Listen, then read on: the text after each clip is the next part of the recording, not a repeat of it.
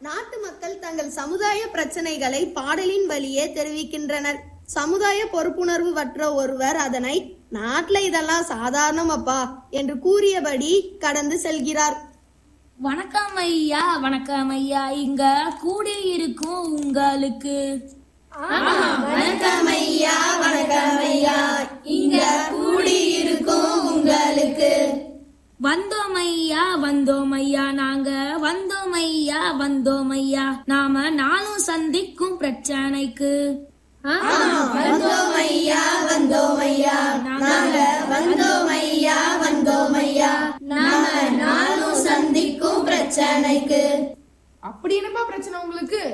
என்ன பிரச்சனையா? பூமி முதல் வானம் வரை இங்க எல்லாமே பிரச்சனை தாங்க. கொஞ்சம் தெளிவா சொல்லுப்பா தம்பி. இதோ சொல்லிருவோம். காற்றும் நீரும் சுத்தம் இல்ல, இங்கு இருக்கும் இடமும் சுத்தம் இல்ல. ஆமா, காற்றும் நீரும் சுத்தம் இல்ல, இங்க இருக்கும் இடமும் சுத்தம் இல்ல. மண்ணும் மரமும் பாழானது, நாம வாழும் வாழ்வும் பாழானது. ஆமா, மண்ணும் மரமும் பாழானது, நாம வாழும் வாழ்வும் பாழானது. அட இவ்வளவுதானா? தானே கெட்டு போற காத்த நாம என்னப்பா செய்ய முடியும்? காத்து என்ன பிடிச்சா வடிகட்டவா முடியும்? அதை விடு தம்பி, நாட்டுல இதெல்லாம் சாதாரணமாப்பா. எது தானே கெட்டு போற காத்தா? ஐயா, காத்து ஒண்ணு தானாலாம் கெட்டு போல, நாம தான் அதை கெட்டு போக செய்யறோம். நாம எப்படி தம்பி காத்து கெட்டு போக செய்யறோம்? நீ சொல்றது புரியலையே தம்பி.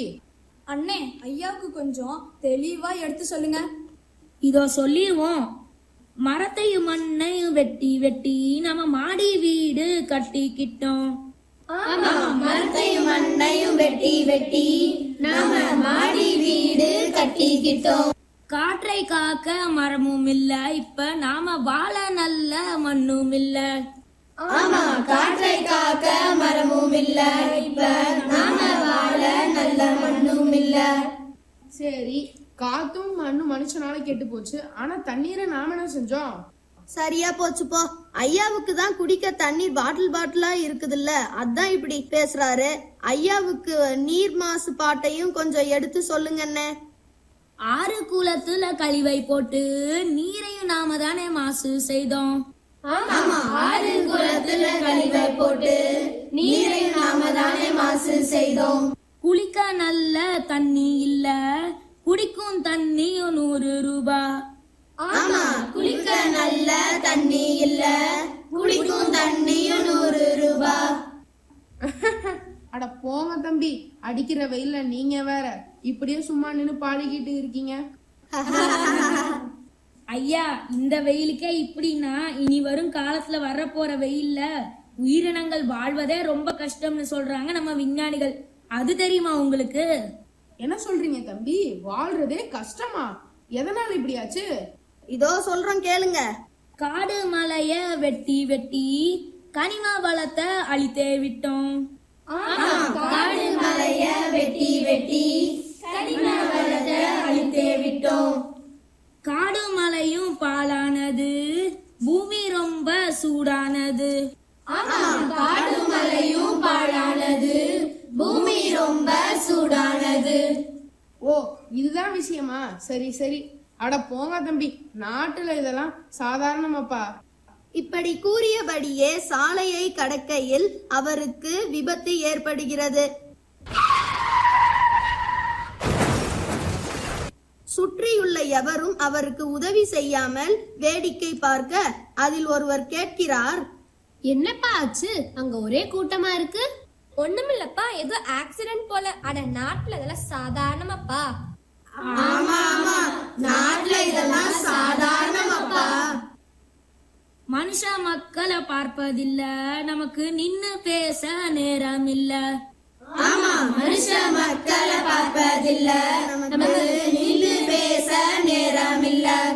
இனியாச்சும் நாம பொறுப்பெடுப்போம், நம்ம நல்ல வாழ்வை மீட்டெடுப்போம். ஆமா, இனியாச்சும் நாம பொறுப்பெடுப்போம், நம்ம நல்ல வாழ்வை மீட்டெடுப்போம். அது எப்படினே நல்ல வாழ்வை மீட்டெடுப்பது? அத நம்ம நண்பர்கள் சொல்லுவாங்க, வாங்க கேட்போம். நல்ல வாழ்வுக்கு தேவை நல்ல சூழல். நம்ம சூழலையும் நம்மளை சுத்தி இருக்கும் மக்களையும் நாம தானே பார்த்துக்கணும். அதற்கான வழிகளை நம்ம பாரதி அகாடமி மாணவர்கள் சொல்லுவாங்க. வாங்க கேட்போம். ஒவ்வொரு மனிதனும் தன் வாழ்நாள்ல வருடத்துக்கு ஒரு மரமாவது நடணும். மரத்தை நடுவோம், வளத்தை காப்போம். மரத்தை நடுவோம், வளத்தை காப்போம். நம்மால் ஏற்படும் கழிவுகளை அதற்கேற்ற வழிமுறையில் அப்புறப்படுத்துவோம். கழிவை முறையாக அகற்றுவோம். காற்றையும் நீரையும் கெடாமல் காப்போம். கழிவை முறையாக அகற்றுவோம், காற்றையும் நீரையும் கெடாமல் காப்போம். நீர்நிலைகளையும் நிலத்தின் வளங்களையும் பேணி காப்போம். நீர்நிலத்தை காப்போம், நல்வாழ்வை மீட்போம். நீர்நிலத்தை காப்போம், நல்வாழ்வை மீட்போம். இதற்கெல்லாம் மேல் ஒருவருக்கொருவர் அன்பை பகிர்வோம், மனிதம் காப்போம். அன்பை பகிர்வோம், மனிதம் காப்போம். இங்கு கூடியிருக்கும் ஆன்றோர், சான்றோர் மற்றும் பெற்றோர்க்கு எங்கள் வேண்டுகோள்.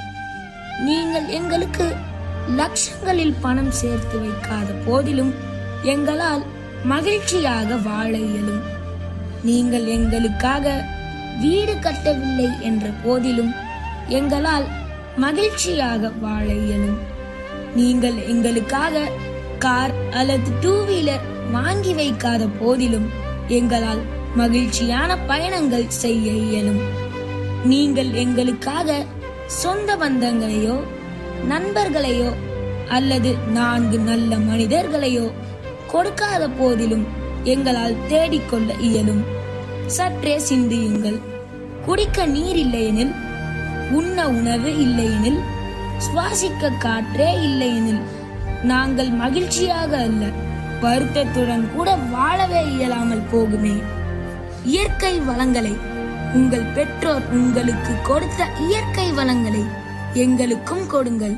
நன்றி.